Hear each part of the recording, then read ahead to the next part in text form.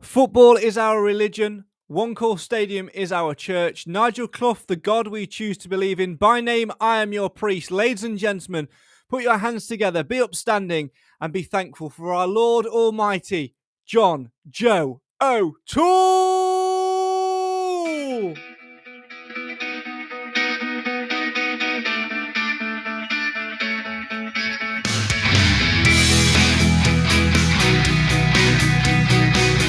The news the Stags have been waiting for finally came out earlier today at 5 p.m. on the 17th of January 2022. Mansfield Town released the news that John Joe O'Toole has signed until the summer of 2024. A fantastic signing for Mansfield Town, who can now put their worries behind them and focus on the second half of the season, starting tomorrow night as they head for League Two leaders Forest Green Rovers, a team beaten only twice this season. Can Mansfield Town make it 3 times? Can Mansfield Town put 3 more points on the board? Can the Stags climb the league table? And will John Joe O'Toole's signing help to galvanise Mansfield Town even more?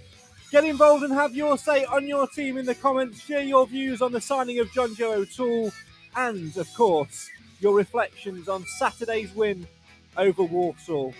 Coming up over the next hour, we'll get reaction to that game. We'll look back on that game from the commentary highlights and look forward to a real ding-dong battle as the Stags go to Forest Green Rovers. This is the show for the fans by the fans. This is the Mansfield Matters podcast, and this is the Sunday sermon on a Monday. Get involved in the comments now as the journey continues.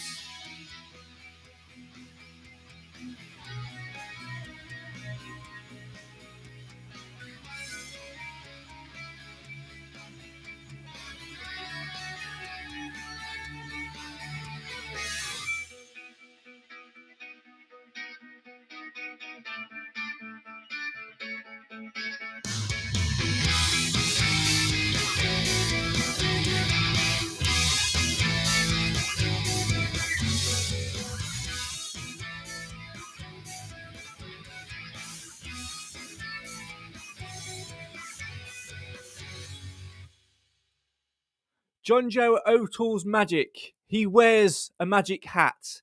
And now he's not got long hair. He's solid at the back. He heads it to the left. He heads it to the right. And when we win promotion, we'll sing this song all night. Let's hope that today's news can spark the remainder of the season. Good evening and welcome to the Mansfield Matters podcast. Where joining me to cast over Saturday's win over Walsall and the excellent news of John Joe O'Toole's signature until the summer of 2024. Not 1, not 2, but 3 Stags fans who are all delighted by that news. They are, in no particular order, Clive, never in any doubt about John Joe. Good evening. Hello everybody. Cam, can't be bothered to think of a name, Felton. Evening. And the blind stag, keeping it as it is, Nathan Edge. Good evening. Oh dear. Well, let's jump straight in with today's news. The news which came out at 5 o'clock. If you've been under a rock and you've missed it, Mansfield Town are delighted to announce that defender John Joe O'Toole has signed a new contract which will keep him at OneCall Stadium until the summer of 2024. The 33-year-old has performed exceptionally for the Stags since signing as a free agent in October. Playing in defence as well as midfield, the former Northampton man has made 13 appearances in all competitions for Nigel Clough's informed men, weighing in with 3 goals. Clough said, "We're very pleased to see JJ sign his new contract. It'll be brilliant news for Stags fans. Mr. and Mrs. Radford have worked very hard on this along with David Sharp to get it over the line. Since he's come into the club, we've enjoyed a great run and JJ's been part of that. He feels we've got a good squad with the potential of success." Let's be honest before we delve into to how pleased we really are. You've got never in any doubt, Clive, as your tagline, but honestly, hand on heart, was there any doubt? A little bit, because you can never really understand what drives people to do what they do. But I've always felt this was always about money and contract. And I think I was surprised he's been given a 2.5-year contract, but I'm delighted because I think it's exactly the right thing to do. And I'm guessing there aren't too many of those out there available to a player of his age. So, and I think that he's obviously been given some financial reward for what we've seen in him. But this is the very best type of signing you could possibly have. It's a no risk signing because we've had 13 weeks trial of the lad, or 13 matches trial rather. So we know exactly what we're getting for our money. There's not going to be a slip up with this one. They all ought to be like that.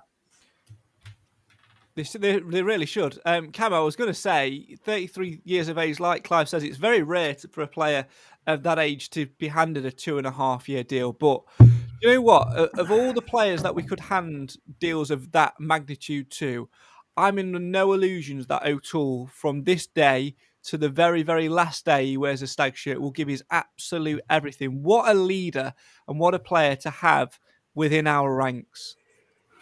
It's brilliant. I think also since the day he stepped through the door, he's been an absolute rock, and it just came at a good time. I think we got out of that horrible run, and it just boosted us. I think just that experience and yes, fair enough. He'd maybe got a little bit of a history of Mansfield, the old John Joe O'Toole day.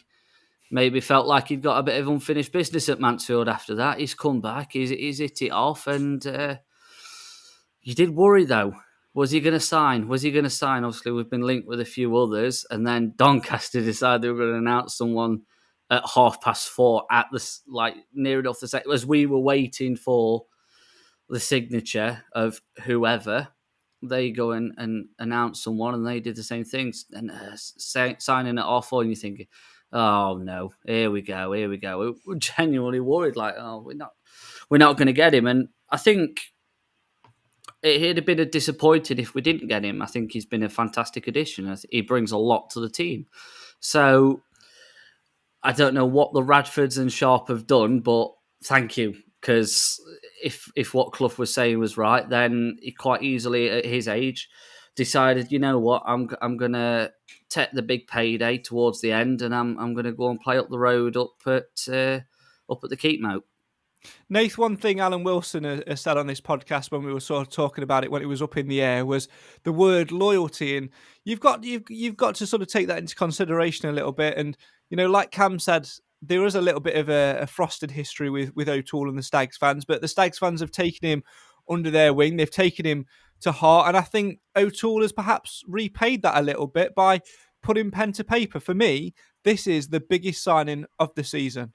Yeah, I mean, the 2.5-year deal would have helped, but and the extra Kit Kat. Don't forget the extra Kit Kat. I think he's had a Kit Kat double, to be honest, thrown in there. But no, I think like you say, that the news it's like we've had just another win, isn't it? It's like we've had the 10th win in a row. Well, not in a row, but you know what I mean.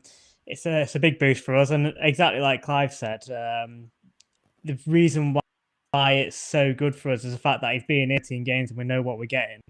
If we didn't get him, I mean, I'm glad I didn't see that Doncaster was making an announcement, because I would have been absolutely dreading what was coming next. So I'm glad I missed that, to be honest. But me too. Yeah. I was driving home, so I'm very, very glad. I've already been in trouble once because I was out for a meal with Emma and Oliver, and obviously I was glued to my phone, and she said it's family time. I said not until the transfer window shut. It's not. So yeah, guess how that went down. But yeah, no, it's like enjoy the spare bed tonight.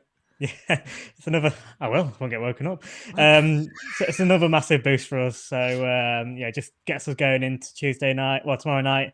With another thing to be happy about and to celebrate. So yeah, bring it on. Let's delve into some of the comments tonight. Let's see what we've got. Glyn has kicked us off. Says fantastic news tonight about JJ. Stags Chat says, come on, we got him. OToole is here to stay. Come on, you Stags. Donna says, not been able to get my hubby off the ceiling. Roger says, evening, lads. Great news on JJ. Nick says, in JJ we trust. Chris, amazing news about JJ. Stags Chat again. Yes, we got him. He's here to stay. OToole is here to stay. Paul, 2 words, quality signing. Richard, great news on OToole, and a big thank you to the Radfords. Without them, it wouldn't have happened. Mark, brilliant news. Chris, Whatever happened to signing players, to singing players' names? Need one for JJ. Well, we did one at the top of the show. I've told you, John Joe O'Toole's magic. He wears a magic hat. We'll get it going. Craig, don't. Well, I will. Why not? It's a great song. It is a great song, absolutely great song. I've got some spam YouTube comments coming as well. I will block them as I get to them. Don't worry, I ignore all of them. They will never grace this again. Anyway, let's go back. Where was I in the comments? Pedro, great news about JJ. We knew it came down to a decent contract and some coin ace signing. O'Toole in the changing room is a warrior and gets 100% out of the other players, says Richard. Let's talk about that, because we've definitely over the last sort of year, Clive, been a side who are trimming the budget and not looking to add expensive players. There's no doubt that O'Toole will be on a little bit of additional money, but I think given where Mansfield are and given the fact we lost James Perch and all the other things around that, the two loanees which didn't quite work out. Obviously, Richard Narty's still with us. Not sure what's happening with Will Forrester at the minute. We needed somebody to come in. O'Toole's been that person. I remember sort of saying, with you outside Exeter's ground as the news came in that he'd signed his short-term deal, that actually this would be a big signing for us. And do you know what? I'm going to call myself Mystic Craig, because we were both right. Yeah, I mean, I didn't know the lad as well as you seem to do, but I mean, it didn't take long to realise this lad's got oodles of experience to fall back on, and he for his age, and he's as fit as a flea. It reminds me of Kevin Bird in his heyday, the authority he has and the impact he has on players around him. I'm a bit older than you guys, so I remember Kevin in his pomp, but the reality is he's proved in his time with us that he's worth the money. You can't accuse the club of wasting money this year. They've done everything they can to curtail spending. They've David Sharp and the management team have been very, very reluctant to sign people up on long-term or even full contracts during the course of this season. We've only really taken people on loan, and they've shipped people out to try and balance the books. So I'm sure there's a bit of spare cash there anyway. But let's not forget, as this season's progressing, we're taking far more at the turnstiles than we would have budgeted for. Yeah, I think that's a prime point to touch upon, Nate, as well, because with wins does come bums on seats. We've been fortunate that we've had 6 home games in a row, which has definitely helped. But the more people we get through the turnstiles, especially after having a season with no supporters in there, the better it's going to be, because more money through the turnstiles equals a better budget for next year as well. So it all goes hand in hand. Better crowds, better performances equals better crowds and more better performances. Well, and you've got the fact that since he's been at the club, how much our performances and results have improved. And if we could do what 2 months ago we would have said was unthinkable and go and get promoted, well, the rewards for, first of all, being in League One, better income for you get a better chunk of the TV deal.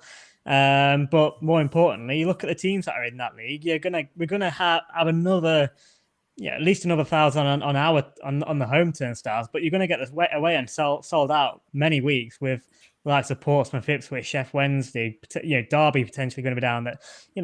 There's a massive reward for actually getting up there if we can do it. And we're only halfway through the season. We're not going to get carried away, but I think this is a bit of a sort of sign of an intent. In a sense that this could be really key in us, staying up there in the mix. Nick has added, JJ will be around 36 when the contract finishes, which is the same age that Perch is now, and we saw Perch as a big loss when he got injured.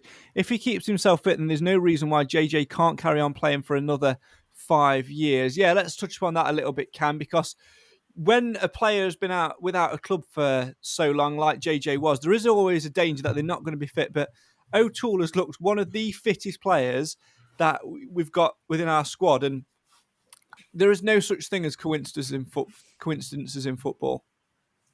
No, there isn't. But also, I think the fact that he's had that time to get fit. Obviously, he's been out the game for 6 months. He was training with a number of teams throughout the summer, and the only reason we picked him up is because Stevenage couldn't.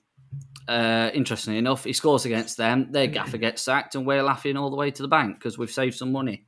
Because in theory, we've not paid as much for him. We've not had to pay no transfer fees or anything. So it's a nice bit of business, to be honest. Yeah, fair enough. He might be paid a little bit more wage wise, but compared to other targets, say Pizziani from Oldham, we'd be paying wages and a transfer fee. So we've probably got the best deal out of it. Final thoughts on transfers. Clive, I'll come to you first. We'll talk, I'm sure, about adding other players in other areas later on. But for me now, I think that defence has sorted itself out. I think the only question will be whether or not we look to extend the loan of Will Forrester, or whether we look to replace Will Forrester in terms of numbers. But I think considering what we've got in, having brought JJ in, on that longer term deal, we've got Rawson fit, we've got Hewitt fit, we've got Hawkins, who seems to be comfortable enough playing there with Johnson back in attack. I don't think we need to be looking at bringing in a marquee defensive signing now. If anything, it needs to be a cover. Absolutely. I don't think we're desperate in any department, to be quite honest. I think we certainly haven't got the anxiety in the back line that we had at the earlier part of the season. And in fact, we have got an element of cover because of the flexibility of Hawkins and obviously JJ being in the squad now. And I think the reality is we have a little bit of a need for cover on a striker, because if either of those two or three players that we depend upon go down with something, we need somebody else. And I don't think we've got a young person on the bench that could satisfactorily fill that role at the moment. Yeah, I think we need. I can see a striker coming in. Yeah, I'd agree with that. I think probably need to look at, if Clough's talking about, one goes out before one comes in, Nath, you're probably looking at getting James Gale some game time elsewhere, because he's been sort of the go-to sort of stopgap on the bench in recent weeks, and probably to a degree Tyrese Sinclair, but I think that it would be a divisive move for Sinclair. Quite a few would be happy to see him go out and develop, but a few others will be annoyed that he's not been allowed to develop in-house. Yeah, so obviously time will tell on that one, but they're the two that you probably would assume that if they are going to be outgoings, certainly looking at loans anyway, it's going to be one of those two, isn't it? And like I say, probably more likely going to be Gale. So we'll see what happens in that department. I mean, for me, I know we're saying we're looking good back there, especially with John Joel, signing. But I'm still, for me, I still rather see a right-sided defender come in with Cal Gordon still being out for a while, and be in with that being able to push Hawkins back up top. Then you kind of fill in both positions again, rather than bringing in a striker and leaving Hawkins back there. I think there's still room to do that for me. Yeah, we'll touch upon strikers and positions more as the window goes on, of course. It's only the 17th of January, so still got another week or so, a couple of weeks or so to go in the transfer market. This is, or it is supposed to be, the Sunday sermon from yesterday. We pushed it back for definitely for the reason of waiting for the OToole announcement, and not because Nathan was having his 40th Christmas day yesterday.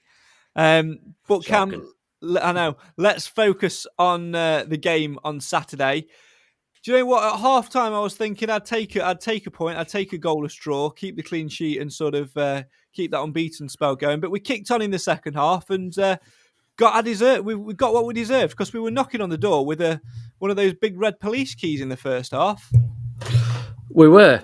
It just wouldn't drop for us. Second balls, bobbling balls. It just wouldn't settle for us, and it's frustrating because we're creating so many chances yet again, but we either can't finish them off, or they're just the difficult conditions. A pitch that's a little bit wet, the ball's not bouncing how we want it. The wind, the fog made it visibility started to get difficult in the second half again. So, but it's one of these things we've had to deal with it for the last few weeks. So it's just down to that, finding that finishing touch. But on the flip side, when you are going for promotion, when you are going for the playoffs, it's these sort of nitty gritty games that where you're probably looking at a draw or a loss, you're grinding out to win when you're maybe not at your 100% best. I don't think we were on Saturday. I don't think we were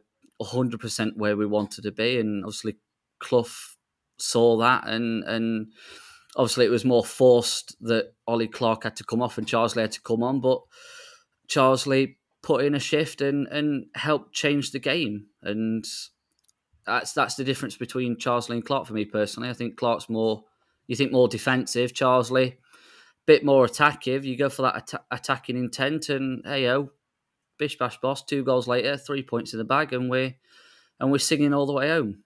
As Chris says in the comments, Clive, back to Saturday, you never realise how much Sturk puts in until he was missing on Saturday. A good ratter in the middle of a pitch.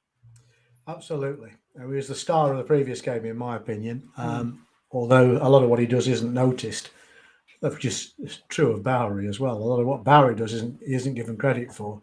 He's very much, in my opinion, in line for player of the season at the moment. But anyway, I'm off the subject. Yeah, Sturk, I think, is a genuine, hard grafting, brave little player, and it's exactly the sort of player we need.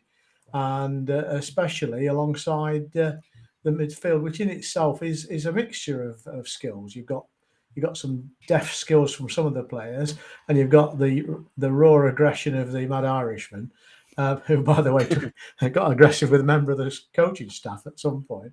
But he just gets on and goes for the ball, and I love him for it. I think you're referring to Richard's comment of even though I thought he had an excellent second half, I'm disgusted with Quinn's lack of respect towards the management and squaring up to Garner ridiculous behaviour. I'll forgive him that, because I want that passion, and he wears his heart on his sleeve. That lad does. You watch him and anything to celebrate. He's the one he can barely contain himself, and he's clenching fists with the fans, and I like that. That's total commitment coming straight from the beater.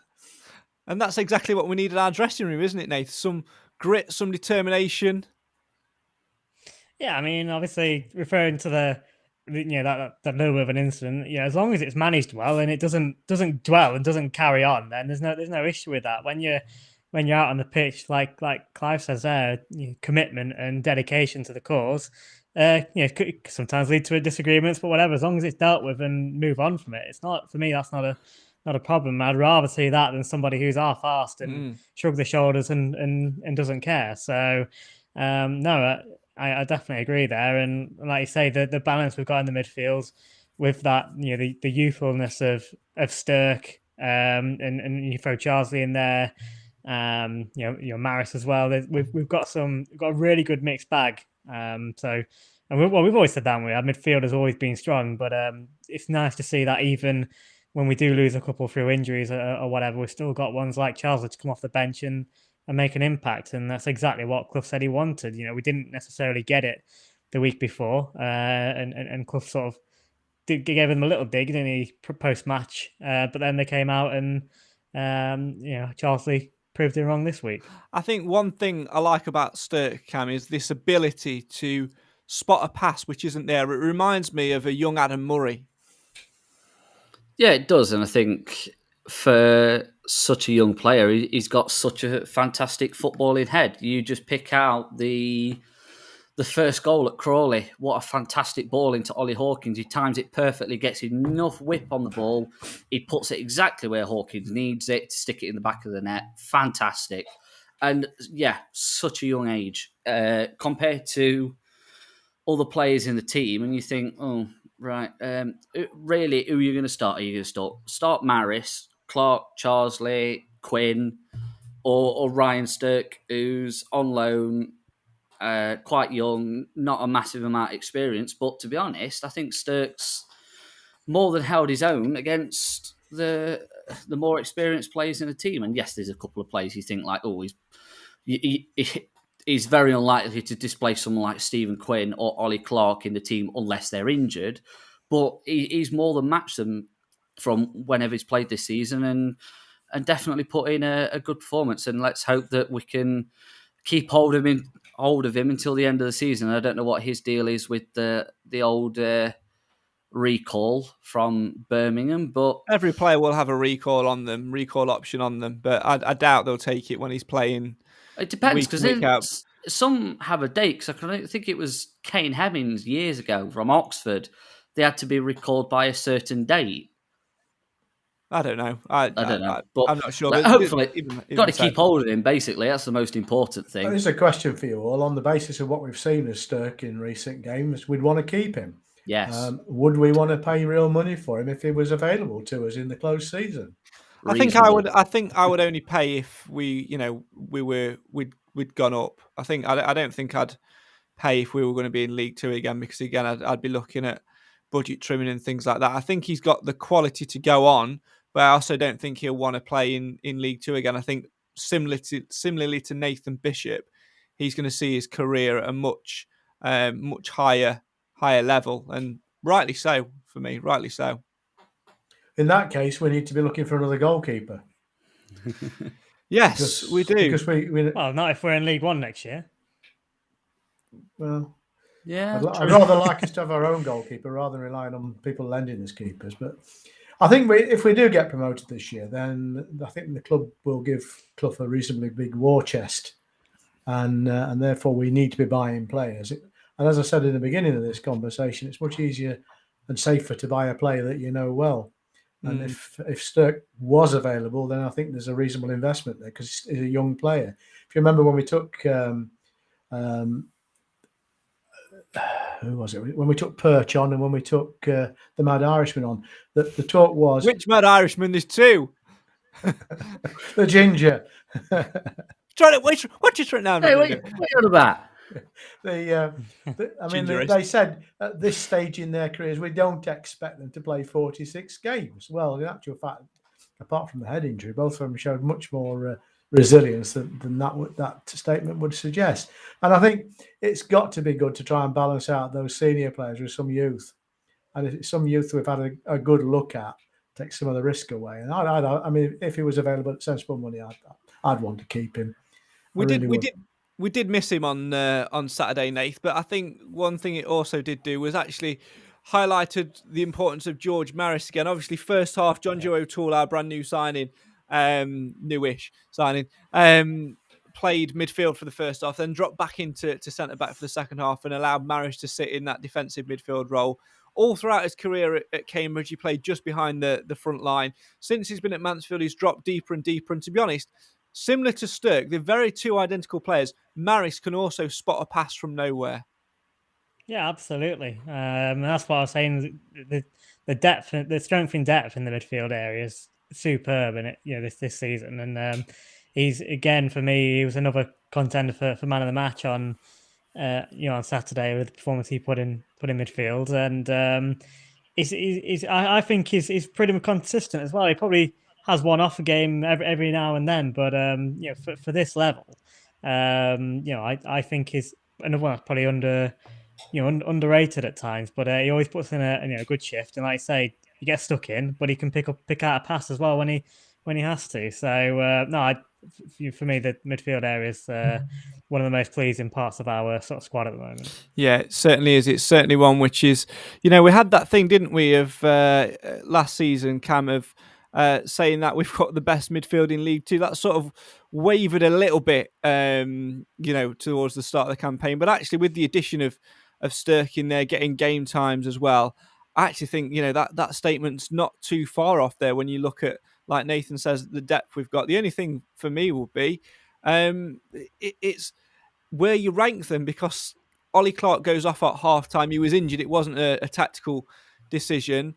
But honestly, if I hand on heart, he's a great lad. But also, I don't think he probably gets in the top 3 or 4, and that's no disrespect to how good he is of a player. I just think we've got so much quality in there. I think the difficult thing is that when the key players were out, injured or suspended, it gave, firstly, brilliant opportunity for these younger players to come through. But then the issue is these players come back, and then what do the young ones do? This isn't the case, and I'm just putting this out, but warming up at half-time, it was very much the older players and the younger players separate at half-time. I don't know if anybody else noticed that, but they were very much warming up separately at half time. And I don't know whether that was just by luck or what, but it's just, how do you integrate the young players into the side? Cam Felton, the conspiracy theorist. Is that what we're going for? No, but it's like, it's great to bleed these young players through and get them chance. One of which has seemed to have gone completely missing this season. Jason Laws then had a fantastic towards the end of last season, stalled this season from what Clough's said in training and other things that they've done. But then he's turned it round last couple of times that he's come on. But is he going to get a shot in the first team? Probably not yet, unless someone's injured or COVID or suspended or yada, yada, yada. Hey, I tell you what, he's class on Football Manager. He is, but it's just difficult to get these players in. And who would you drop at the minute? If you've got a fully fit Mansfield team, who would you drop to get one of these young lads in? And that's the importance of getting young players out and developed as much as it is getting them especially in. When we've got no reserve. Balancing There's no reserve league again. We should have had a game tonight, shouldn't we? But I think it was under 23s, that Premier League Cup. Wigan, wasn't it? Yeah, Wigan. Yeah, we should have been at home as well, which would have been a shame. But yeah, those youth players that they're too old to be in the under 18s, but they're not quite there developed for the first team 100%. But then there's no, other than like the Premier League Cup, which is a relatively new thing, there's no real week in, week out reserve league like there has been for the last few years. Yes, it's COVID, and yes, it might go back to how it was next season, but next season might be too late. Come the end of the season, we might release Jason Law, we might release Tyree Sinclair. We don't know what's going to happen. We don't know where we'll be with regards to what league. We could throw it away and still be in League Two. We could go on and do it and be in League One. Pessimist. Which Yeah, shut your mouth, Felton. Shut up, Cam. But you get what I mean. I'm supposed to be the one that brings this show down, not you. But it's just frustrating because we've got such good young players. But how do you do it? How do you find where everyone's happy and everyone's getting game time? Will says Jason Law looks very sharp. Would like to see him break through. He had an Achilles injury at the start of the season. Personally think he is the best footballer Mansfield have. Jack says Alistair Smith left and starts regularly for Sutton. Sometimes the younger players are judged too quickly. Yeah, it's certainly a quandary discussion for another day, because it's time to delve back in time a couple of days and get some reaction and round off and tick off Saturday's game. A 2-0 win over Walsall. After the game, I caught up with Stags boss Nigel Clough speaking to me for Mansfield 103.2. And just a little reminder before you jump on in the comments and go, oh, well, we've signed January O'Toole now. This was recorded Saturday after the game when we didn't know what was happening. Here's Nigel Clough. Nigel, 2 goals from a substitute, 3 points and a clean sheet. Is that the near perfect afternoon for your boys today? Well, not to get the goals from the sub, but certainly the 3 points and the clean sheet are in a very, very difficult game. I thought Walsall, we didn't feel comfortable until we got in the dressing room at the end of the game, because Walsall are an incredibly honest team who are capable of causing you problems, as they did at times this afternoon. And I thought the 2 turning points in the game at 0-0 were Nathan Bishop's save in the first half, and then George Maris clearing one off the line about 2 or 3 minutes before we scored. I think they were the things that got us our victory today. Yeah, as much as we talk about goals scored, we don't see many clean sheets. We haven't so far this season, so really, really important and a big lift for your side to get that. Yeah, I think some of the crowd might be disappointed there was only 2 goals in the game and not 5 like there is normally. But there could have been today. They created chances and also in the first half I thought we had 4 or 5 great situations, which we've been making more of. And didn't on this occasion. Let's talk about that change at half-time. Ollie Clark going off for Harry Charlesley. Recurring from his injuries, he continues his comeback, or are you just looking to freshen things up? No, it was a different injury. He just felt his hamstring tighten up in the first half and was no good to carry on. So Harry's really our only other midfielder on the bench. So it was just a straight swap. But we wanted to switch it around a little bit.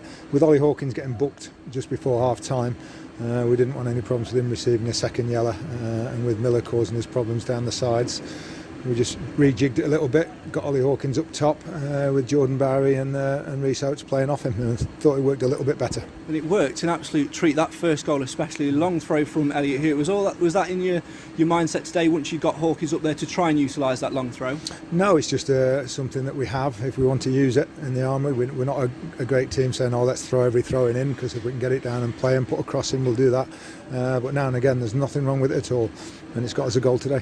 And Jordan Barry had a couple of opportunities today to get on the score sheet, but again, it came from real flowing football, which is becoming a real staple of your side. Yeah, lovely passing move and a run off the ball. Harry Charlesley, a nice little ball down the side, and he smacks it in, and we were very relieved to see that go in. We didn't feel comfortable at any point today during the game. Conditions were difficult. It wasn't flowing football as we have been, but they're honestly, they are so important, those victories. And the other big thing today as well was the fact that we got that second goal in the 89th minute. Quite often teams with a 1-0 lead at home would sit back and sort of soak things up. Your team didn't want to do that at all, and I think it lifted a lot of pressure. Definitely. We've endured some, I think, really nervous added time of late, no more so than 5 or 6 minutes against Swindon the other night. So to get that second goal, we can get a couple of subs on and even get, Ollie Hawkins was carrying a knock and Oatesy, so even to get them off for 3 or 4 minutes, reduces the chance of further injury or anything. And it would have been lovely to get it a few, 5 minutes early and we'd have got the subs on. But yeah, not to be sweating on those last few minutes was great. Stags boss Nigel Clough speaking to me from Mansfield 103.2 after that game at home to Walsall on Saturday. If you want to watch more of that, make sure you go to our social media pages and our YouTube page, where you'll also see an interview with Harry Charlesley. A reminder then that the Stags are on the road this week. A trip to Forest Green Rovers tomorrow. Departure from Wycombe Stadium is 3 p.m. Not quite sure how many seats left on the coach for that one, but there are still available on the second SSA coach up to Barrow on Saturday. Departure time is 8 a.m. from Wycombe Stadium. For further information, call 07967 689 597. 07967 689 597 is the number to call. Prices for both games: £15 for Amber members, £20 for Blue members, £25 for non-members. Tomorrow night, then, it's the clash of the Titans. Forest Green Rovers versus Mansfield Town. League leaders, Forest Green Rovers versus the ever-climbing Mansfield Town. And to be honest, Nath, when that game against them in sort of early December was called off due to COVID, there were a lot of frustrations thinking, it was the perfect time to play them and all of that. But since then, Mansfield have continued to grow and grow and grow. And actually now, I feel that we're in a far better position than what we were then. Yeah, I'd agree. I think we may be missing 1 or 2 more players back then as well. So, we've got a couple back in ourselves. Our forms continue to, or maybe even better, really. It's still certainly, we're still on that winning run. And Forest Green have been still a bit late, but let's not be under any illusions. They are top of the league and distance for good reasons. So it's going to be an incredibly tough game. But we kind of can go there with, in some ways, nothing to lose in a sense. So obviously, we want to carry on the run that we're in. But it's for us to go there and it's the pressure on them more than anything. So it's for us to go there and cause a little bit of in a sense. Yeah, the pressure is on them, I guess, in a way, Cam, because you look at, the form table and everything. Last 10 games, we're top of the tree. 9 wins, 1 defeat in our last 10 league games, with, of course, 6 straight league victories. Forest Green in their last 6 fall with 3 draws and 3 victories. They've dropped to 3rd in the form table, but still remain top of the league. But the big thing tomorrow night will be a battle of the defences in some way, because you take Jamil Matt and Matt Stevens out of the Forest Green side. 32 goals between them, 16 apiece. Keep those two quiet, and Forest Green struggle.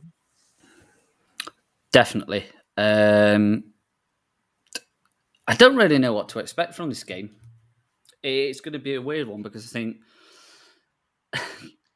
you didn't expect Forest Green a while ago to go and draw 5-5 at Oldham. Obviously, they found a way through the Forest Green side 5 times. That's a quarter of their goals this season in one game.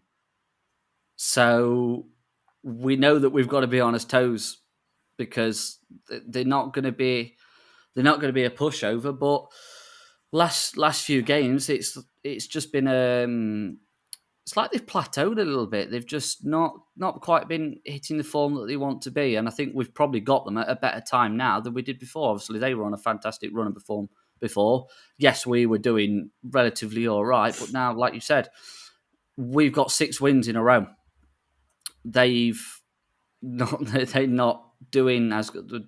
Don't think they've lost, but they've drawn a couple in there.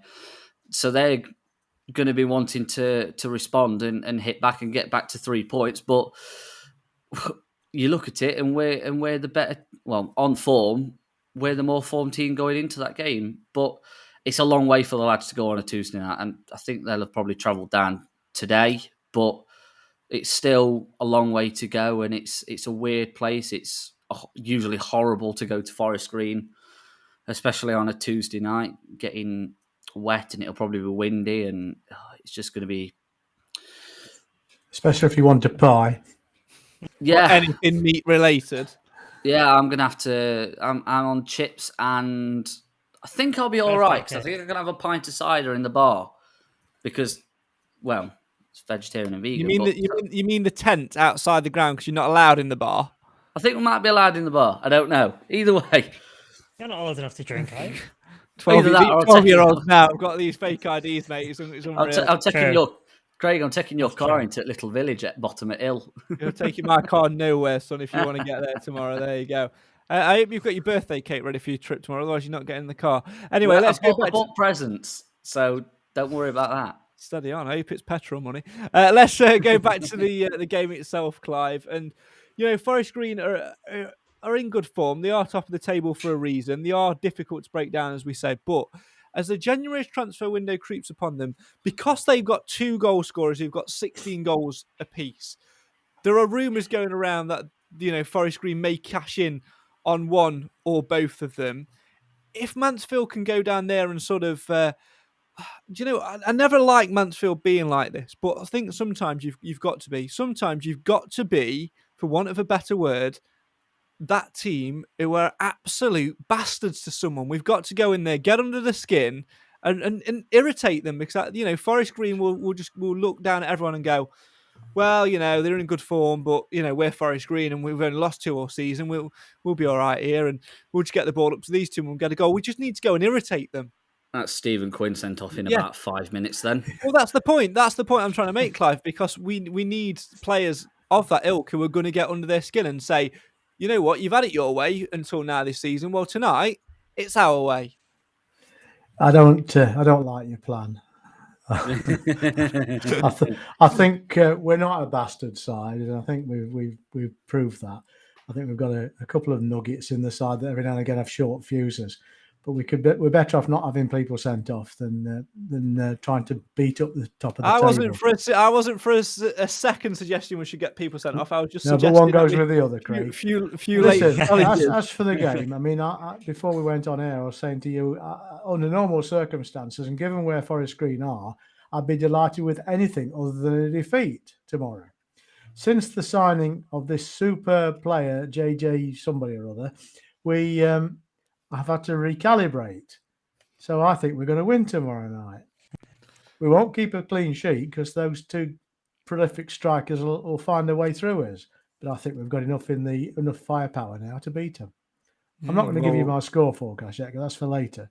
Well, in fact, you are, because that's the time of the show we've come to, because we have actually nearly run out of time. All right, 3-2. We'll come to it in a second. We'll get Nathan's. We'll get a final comment from Nathan, because you mentioned clean sheet there. You said we're not going to keep a clean sheet, but one thing we did do on Saturday, Nathan, which we didn't talk about, was keep a clean sheet, a long overdue clean sheet. And you know what? Going into that game tomorrow night, will actually put us in.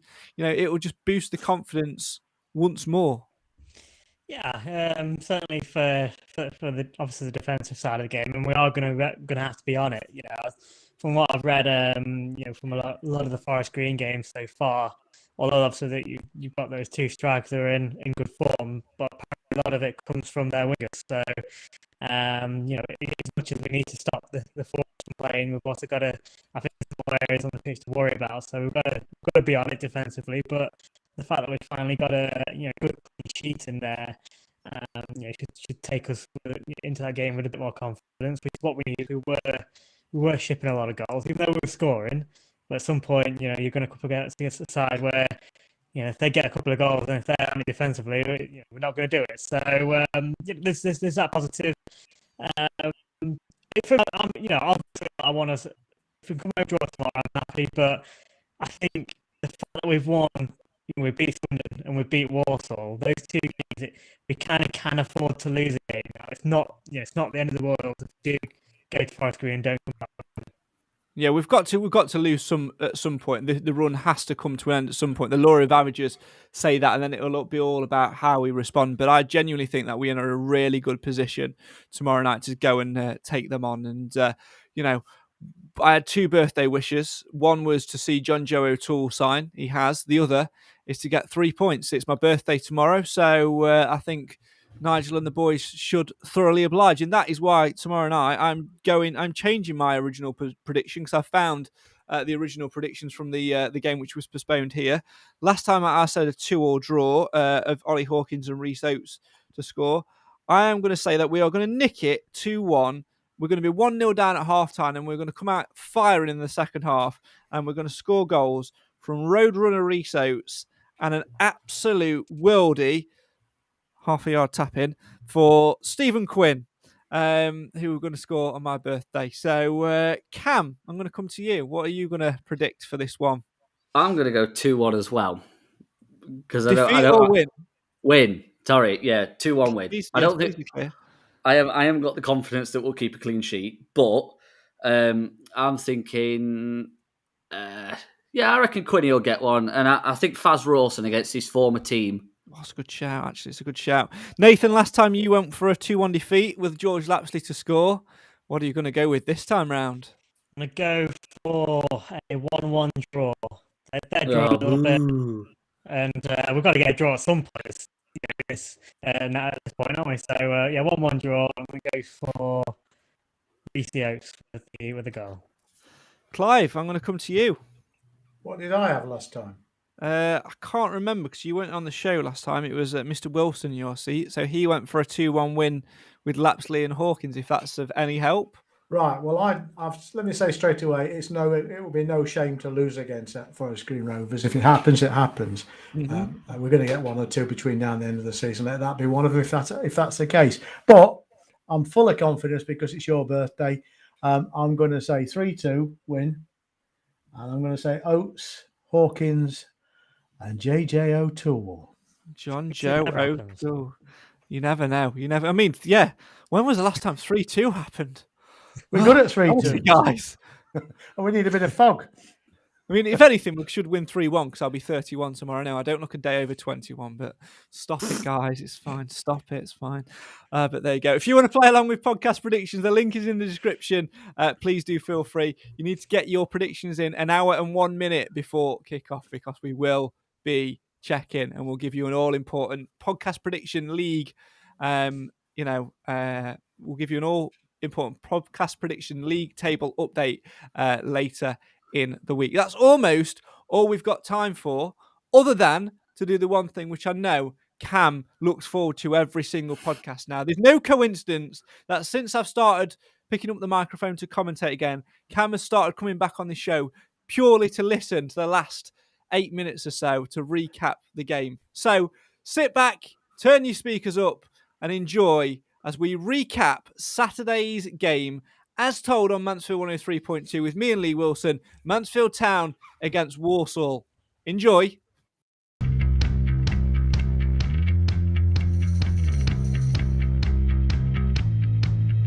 welcome to One Call Stadium for Mansfield Town's 6th consecutive home game. Mansfield Town really getting used to those home comforts. This afternoon they've made one change to the side that won in midweek, beating Swindon by 3-2. Ryan Sturk is the man who goes out. Farron Rawson is back after a bout of COVID. He goes to centre half. John Joe OToole moves into his more familiar midfield role. The Stags will line up with Nathan Bishop in goal, a back four of Elliot Hewitt, Farron Rawson, Ollie Hawkins and Stephen McLaughlin. John Joe O'Toole sits at the bottom of the diamond, George Marris at the top of it, Ollie Clark and Stephen Quinn in the middle, Jordan Bowery and Rhys Oates up front in attack. On the bench, Merrick Steck, Richard Narty, Harry Charsley, Danny Johnson, Tyree Sinclair, Jason Law and James Gale. Mansfield's got to move the ball quicker. They've got to do things a little bit quicker to move this ball and open them up.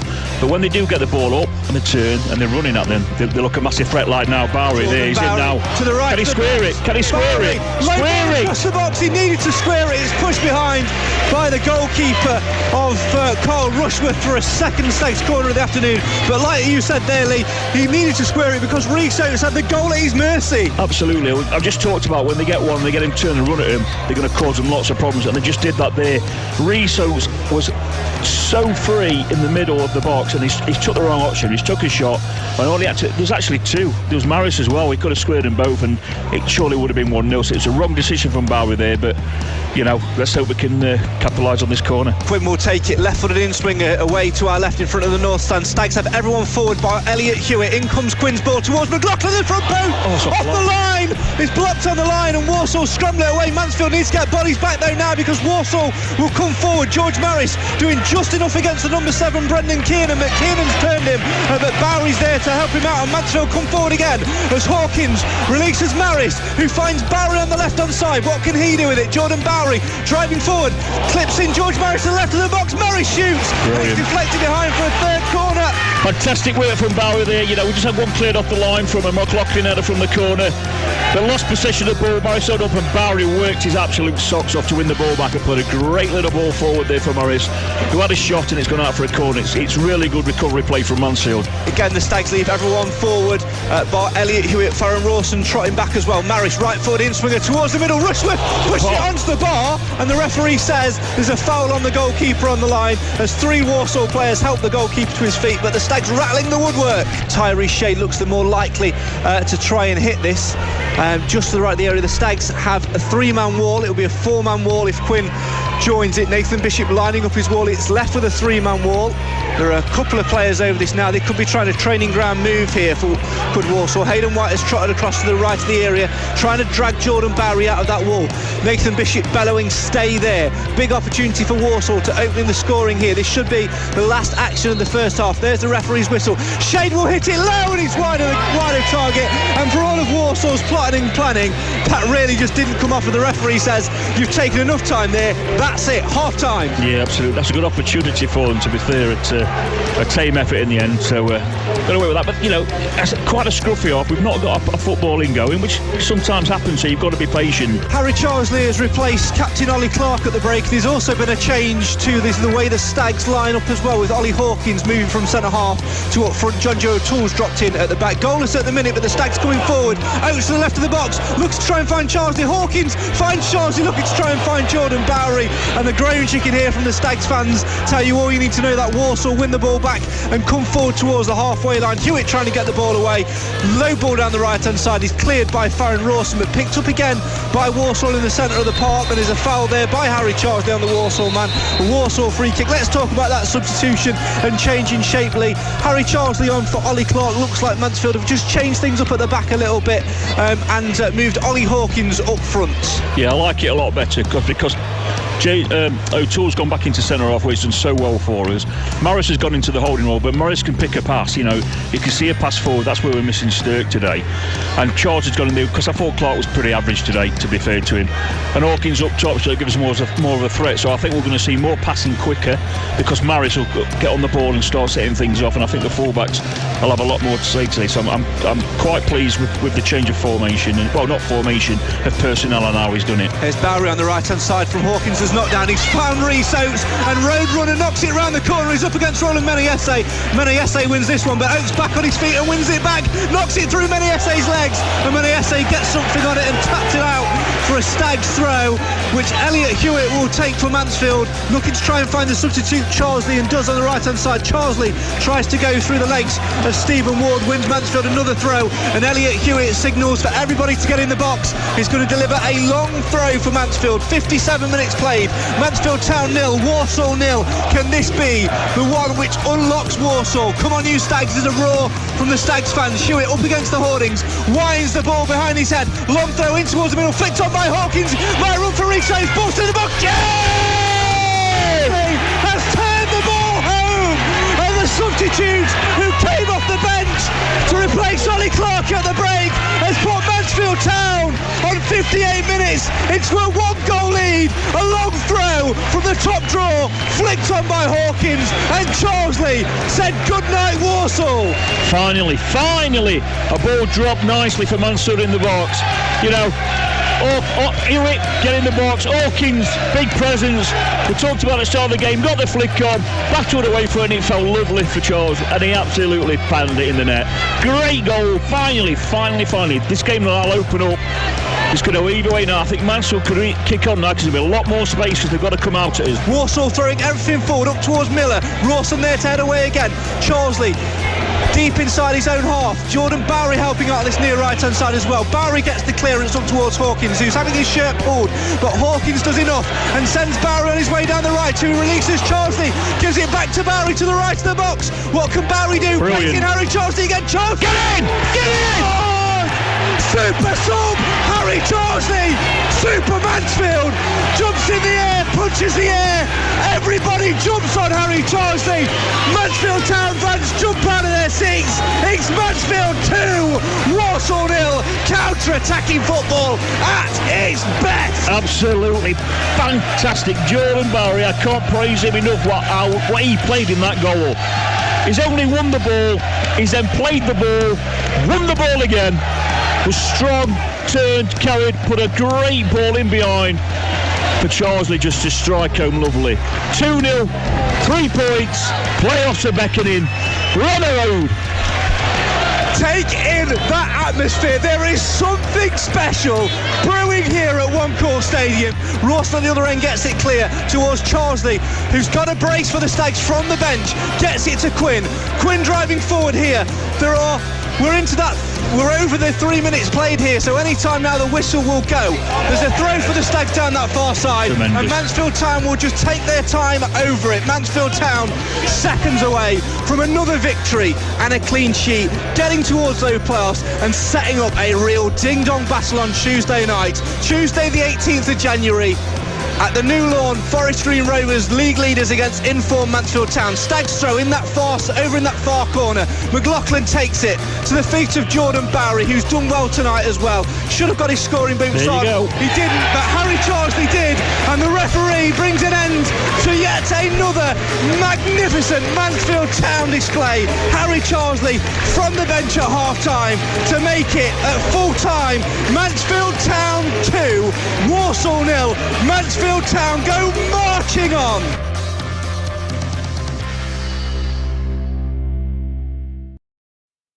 Let's do it all again tomorrow, shall we? Make sure you join me for full match commentary. Me and Lee Wilson with you again on Mansfield 103.2. Build up from 7 p.m. We'll kick things off with team news, followed by full match commentary. If you can't get to the game, make sure you're sat by your radio sets, listening to it as we give you every little bit of the action. Final word on tonight's show, and this comes from our super sub, Mr. Alan Wilson, who's made up this little ditty following today's news. There once was a player called OToole who certainly was nobody's fool. He packed his bags and played for the Stags, and his performances made the fans drool. 17th of January 2022, forever known now as John Joe OToole Day. But can the 18th of January, significant for no reason that I can think of whatsoever, happy birthday to me, can that be the day where Mansfield Town take down the league leaders? The Stags are in the playoffs, 7th place at the moment, 6 consecutive wins, taking on a side in Forest Green Rovers, beaten by only Swindon and Port Vale so far this season. Let's see if Nigel Clough's men can add their names to the list. Join me on Mansfield 103.2 as I say for full match commentary on that one, and be sure to join us later on in the week to recap that game and look ahead to Saturday's trip to Barrow. The miles keep on adding up. Can the Stags keep adding on the points? This is the show for the fans, by the fans. Why? Because Mansfield matters.